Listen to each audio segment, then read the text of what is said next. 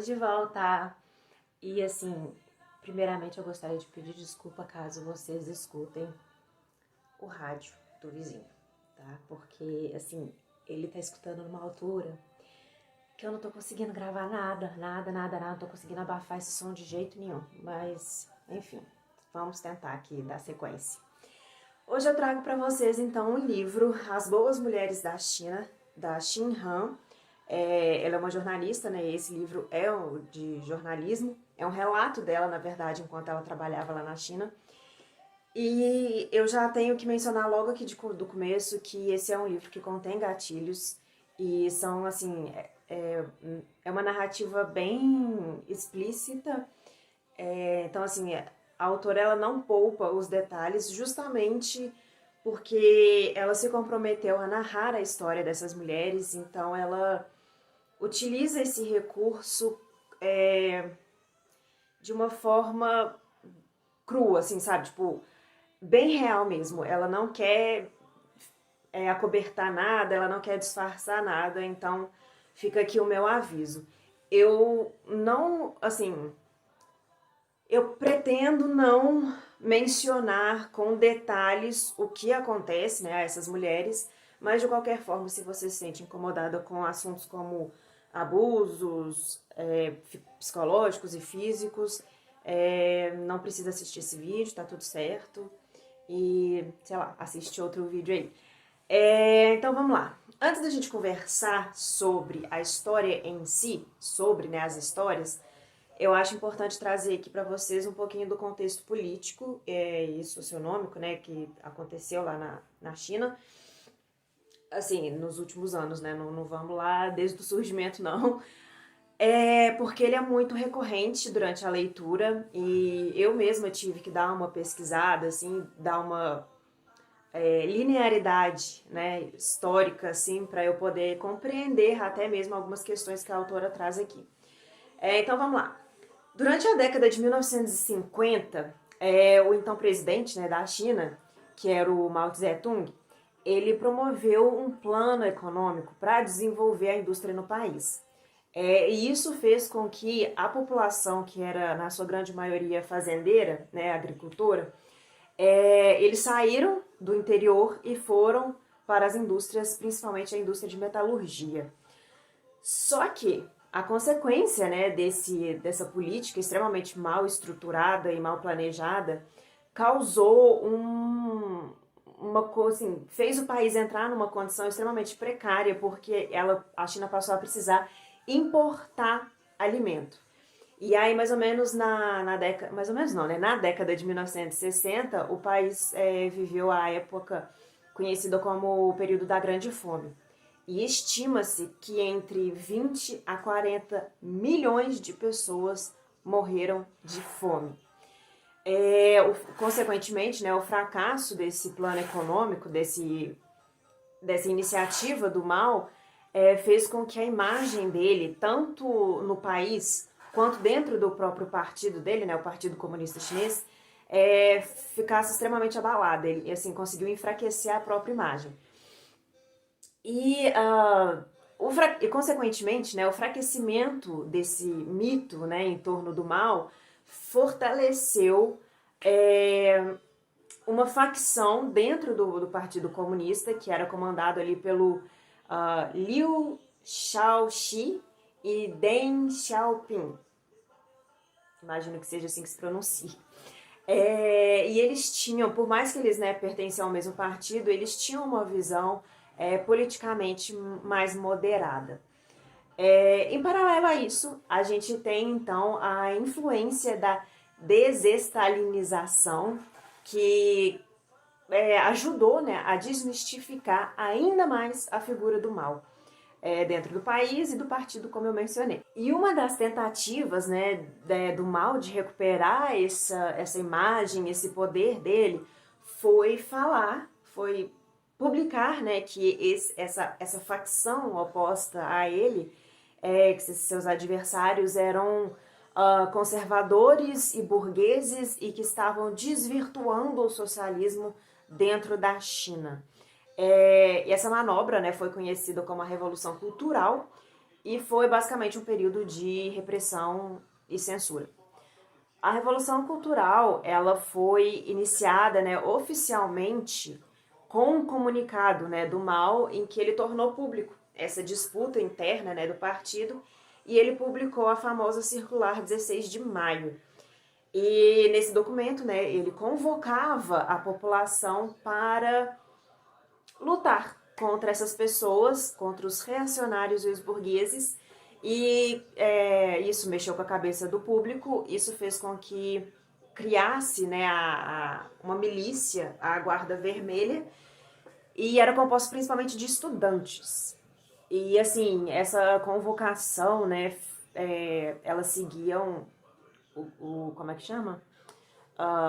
É chamado dos quatro velhos, né? As velhas ideias, as velhas culturas, os velhos costumes e os velhos hábitos. E os maiores alvos da guerrilha, não, da Guarda Vermelha eram os intelectuais, né? De uma forma geral, eram os professores, os cientistas, os artistas, todo esse povo. Então, assim, essa perseguição prejudicou ainda mais o país, mas no ambiente educacional, né? Ficou extremamente defasado e todos esses intelectuais que eram capturados, né? Eles eram submetidos a um regime de tortura e de reeducação política forçada. Né? A gente tem inclusive alguns relatos aqui quando a Shinhan menciona a infância dela, que o pai dela ou a mãe dela, agora eu tô na dúvida, foi um desses prisioneiros, né? E passou por essa reeducação política.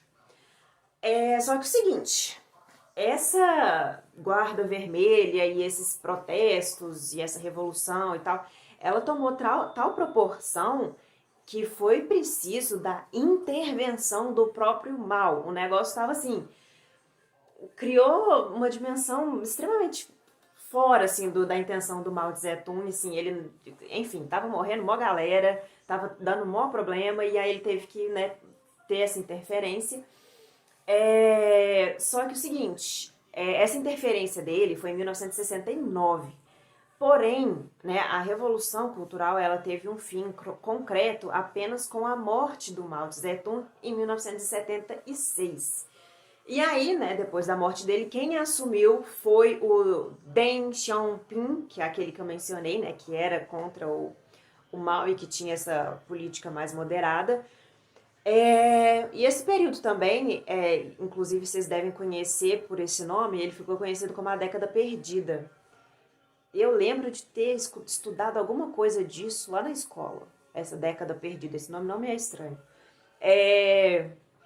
Mas enfim, estima-se que mais ou menos 1 milhão de pessoas tenham morrido nessa década e sem nem contar a desorganização power que estava o país, né? E uma outra coisa que eu gostaria de trazer aqui para vocês é um resuminho do confucionismo, que algumas pessoas confundem, né, com religião, mas não é, ela é uma vertente filosófica e que é muito famosa, é muito utilizada, muito aplicada na Ásia, principalmente na China, na Coreia, no Japão.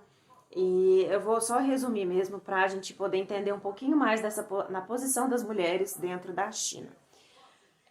Confúcio, né, foi uma pessoa de fato, e aí mais ou menos ali em 500 a.C., ele fazia parte de ele trabalhava ali, né, num posto oficial, porém a ideologia dele era muito divergente, né, dos chefes e tal, e ele acabou saindo desse emprego, que era, assim, na época uma garantia, né, de vida, até hoje, de certa forma, né, e ele saiu por causa dessas divergências e ele passou a andar pelo país para divulgar essas ideias, para divulgar esses conceitos, né, essa ideologia que ele tinha, que para ele era o seguinte: cada pessoa deveria cumprir o seu dever de forma correta dentro da sociedade. E dessa forma, você teria então uma sociedade capaz, culturalmente instruída e uma sociedade assim com bem-estar comum. No primeiro momento faz até muito sentido isso. Para mim faz muito sentido. E aí ele dispôs então alguns princípios para atingir, né, essa sociedade ideal, que é a humanidade, né, o altruísmo, a cortesia ritual, a gente tem o conhecimento, né, que é a sabedoria moral, tem a integridade, a fidelidade e a justiça. Esse era o código, né, social dele, um código de conduta social, e justamente por isso, né, que ele é considerado um sistema filosófico, ético e moral, e não uma religião. Enfim, um dos princípios que ele também defendia era a lealdade diante do seu governante, né? Ou seja, tinha-se na figura desse superior, né, uma pessoa que possuía qualidades, teoricamente pelo menos, qualidades e uma retidão moral superior à sua. Então você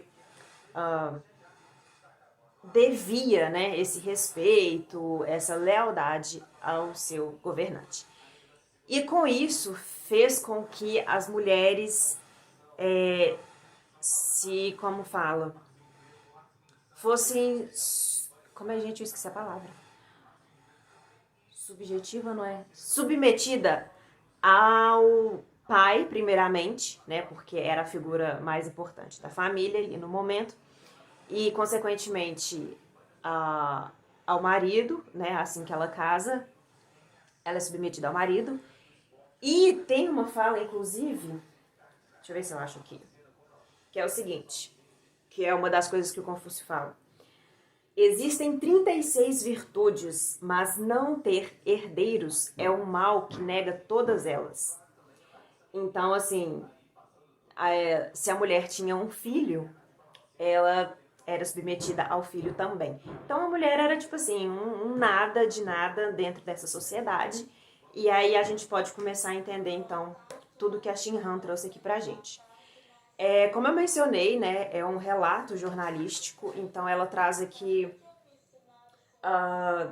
14 casos, né, diferentes, eles são separados por capítulos. E o seguinte, ela trabalhava numa rádio ela tinha um programa noturno que chamava Palavras na Brisa Noturna. E ela tipo assim, ela conversava do cotidiano, coisas da vida, assim, e tal, e ela super achava que ela tinha altos conhecimentos, que ela dava altos insights, assim, para as pessoas e tal. E aí ela reparou que o público dela era praticamente 100% feminino. Ela recebia muitas cartas pedindo conselhos e contando casos e tudo mais. E ela percebeu também que muitas cartas continham um conteúdo sexual.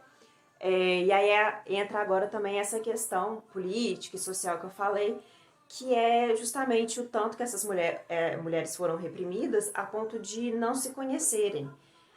A ponto de achar que, tipo assim, se você deu a mão para um homem, você tá grávida dele. Assim, isso é muito chocante, assim, sabe? As mulheres foram muito reprimidas mesmo.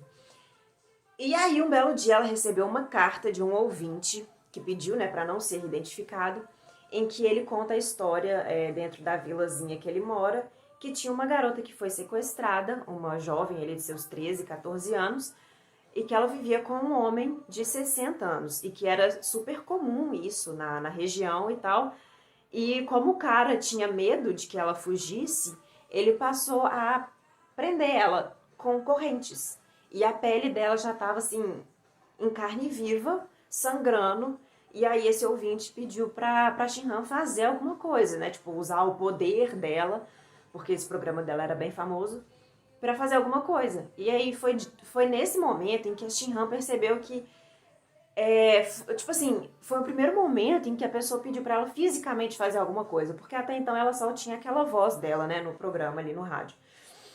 E aí, enfim, ela entrou em contato com a polícia local e, né, no primeiro momento eles nem quiseram ajudar, não quiseram fazer nada, mas acabou que ela conseguiu resgatar essa menina. E aí a gente é levado, então, a uma questão, uma pergunta, principalmente, e que ficou na cabeça dela durante todos esses anos e que levou ela a modificar o programa dela e a modificar a forma com que ela lidava com algumas questões. E a pergunta era justamente essa: quanto valia exatamente a vida de uma mulher na China? Isso desencadeou, assim, uma série de situações na vida da Shin-Han, a ponto dela mesmo reavaliar a vida dela. Ela conversou com o pessoal da rádio e tal, todo mundo falou contra esse projeto num primeiro momento, porque comandado por homens, né, eles acreditavam que não valia a pena esse tipo de gastar o tempo, né, não seria produtivo, ou que ela não teria uma audiência muito boa e que as pessoas deixariam de ouvir o programa dela, enfim. Até que um dia ela recebeu novamente, né, mais uma carta, uma caixa, na verdade, que chamou bastante a atenção dela. Era uma caixa, assim, normal, tipo de sapato, tava até pesada, e tinha uma mosca desenhada em cima. Ela achou aquilo muito estranho. E ela abriu essa caixa e viu que tinha várias cartas, né? E logo a primeira carta que ela já leu, ela assim, achou o conteúdo extremamente perturbador. E ela foi lendo cada vez mais, né, tudo que tinha ali. E ela ficou conhecendo a história de uma menina também, aí, jovem, de seus 13, 14 anos, que logo que ela ficou menstruada pela primeira vez, ela acabou voltando a morar com o pai. E esse pai passou a abusar sexualmente e psicologicamente dela. E fisicamente também. E assim, a coisa só foi piorando, piorando, piorando, num ponto dela precisar ir pro hospital várias vezes. E ela reparou que na cabecinha, né, inocente dela, ela, tipo assim, ela está, assim, na cabecinha inocente dela que entrou em modo de sobrevivência, né? Ela, enquanto ela estava no hospital, ela não sofria abusos, né? O pai dela não batia dela, não batia nela, não fazia nada.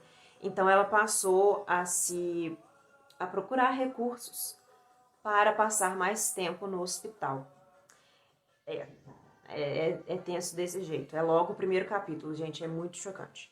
Por isso que eu pedi o cuidado aí na hora de ler esse livro. E assim, é um ambiente extremamente solitário, a ponto da melhor amiga dela ser uma mosca. Gente, eu fiquei tão triste com isso.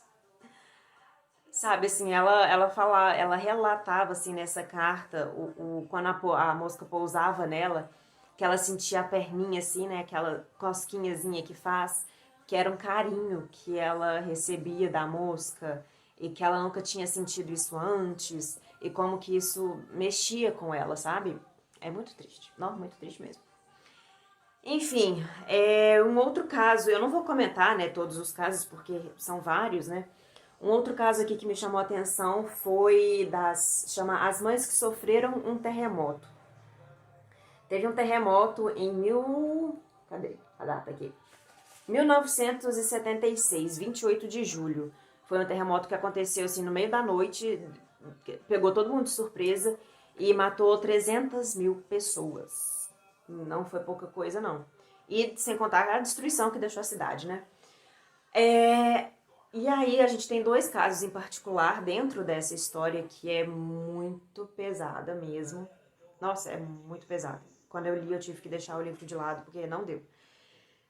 E aí o seguinte, várias mães perderam, né, seus filhos, as suas filhas nesse terremoto, e várias crianças perderam os pais. E aí essas mães reuniram entre si e criaram um orfanato para cuidar dessas crianças que perderam os pais. Então, assim, dentro, por mais que seja é uma dor muito forte, eu imagino você perder um filho, e mesmo assim você tirar a força, né, para cuidar do filho da próxima ali, sei lá, uma criança qualquer, né? Realmente, assim, é uma parte em que a Shin-Han relata a força, né, dessas mulheres, a capacidade delas não de superar, mas de lidar, né, com a perda, a forma com que elas, de certa forma, contornam, né, as dificuldades e tal. É, é, é, é forte, gente, é forte mesmo. E para finalizar, a história que eu quero trazer para vocês também é sobre as mulheres da Colina dos Gritos. A Shin-Han é um dos últimos trabalhos que ela fez, né, tendo esse programa. Ela foi fazer tipo ela era parte de um trabalho voluntário, mas ela aproveitou a oportunidade para conversar com essas mulheres para justamente, né, aumentar o conhecimento dela e ela poder passar isso para frente. Ela foi nessa chama, né, a Colina dos Gritos, E é um povo extremamente, é uma pequena comunidade que vive isolada de toda e qualquer civilização que a gente conhece. Eles possuem o próprio sistema deles, né, a própria hierarquia, a própria forma de lidar ali com o dia a dia e tal. E eles moram, é uma colina, né? Então eles moram em cavernas dentro da montanha. O acesso à água é bem precário, então eles precisam lidar com essas dificuldades. E logo no começo, assim, tem algumas questões, assim, algumas coisas que a Shinhan coloca que eles não entendem, que é justamente, né, esse distanciamento que existe social dessa comunidade. Mas uma coisa que chamou muita atenção da Shinhan foi o fato dessas mulheres andarem meio esquisitas, assim, com a perna meio aberta, meio estranha, assim. Ela falou assim, gente, por que as mulheres andam assim, né? Você não anda assim por nada. E aí ela começou a perguntar e, né, correr atrás de informação, até que ela viu ali num cantinho da caverna, não sei como é que fala, do terreno ali deles, uma espécie de coleção de folhas, assim, expostas, né? A Shinhan perguntou o que se tratava aquilo e o responsável ali pela comunidade falou, isso aí é com as mulheres. E ela foi conversar com essas mulheres e ela descobriu que essas folhas é uma folha muito específica, de uma árvore muito específica, que é muito difícil de conseguir, que ela precisa passar por um processo ali e tal. Essas folhas eram, na verdade, usadas como absorventes. Essas mulheres, né, obviamente não tinham contato com o absorvente, né, que a gente conhece, que a gente usa, e essas mulheres usavam essas folhas. Só que esse processo de curadoria, talvez, não sei como que eu posso dizer, ao mesmo tempo em que ele garante o poder, um poder maior de absorção, ele torna a folha muito dura, muito rígida. Vocês já viram algodão cru engomado? Como que fica duro? Pois é, era mais ou menos isso na folha e essa folha acabava cortando a virilha das mulheres, por isso que elas andavam meio com a perna aberta, assim. Elas tinham vários machucados, assim, ao longo da virilha. E a Shinhan ficou assim, como assim? Que essas mulheres usam folhas para a menstruação. E aí a pior ainda a situação, porque a gente descobre que como essas folhas são bem difíceis de conseguir, elas ganham essa folha assim que elas têm, né, a primeira menstruação, e elas usam essa folha pelo resto da vida. Cada uma tem a sua folha. Então, assim, é um relato muito pesado, assim. Tem alguns momentos, assim, de um certo alívio, mas não deixa de ser triste, não deixa de ser emocionante. Nem todos os casos aqui relatam abusos. E, enfim, eu acho assim, por mais difícil que sejam essas leituras, por mais incômodo que a gente fique, igual eu tive que deixar o livro assim no canto várias vezes, é uma leitura que a gente precisa fazer, é um assunto que a gente precisa conversar. E assim, eu acho que existe um distanciamento tão grande, né, com os assuntos assim da China, da Coreia, do Japão, que eu imagino que vocês tenham percebido que eu tô tentando trazer cada vez mais aqui pro canal. Enfim, eu acho importantíssimo a gente buscar esses assuntos, buscar essas culturas que não deixam de ser riquíssimas, né, apesar dos problemas. Problema tem em todo lugar. Mas enfim, eu espero que vocês tenham gostado. E é isso. Até a próxima.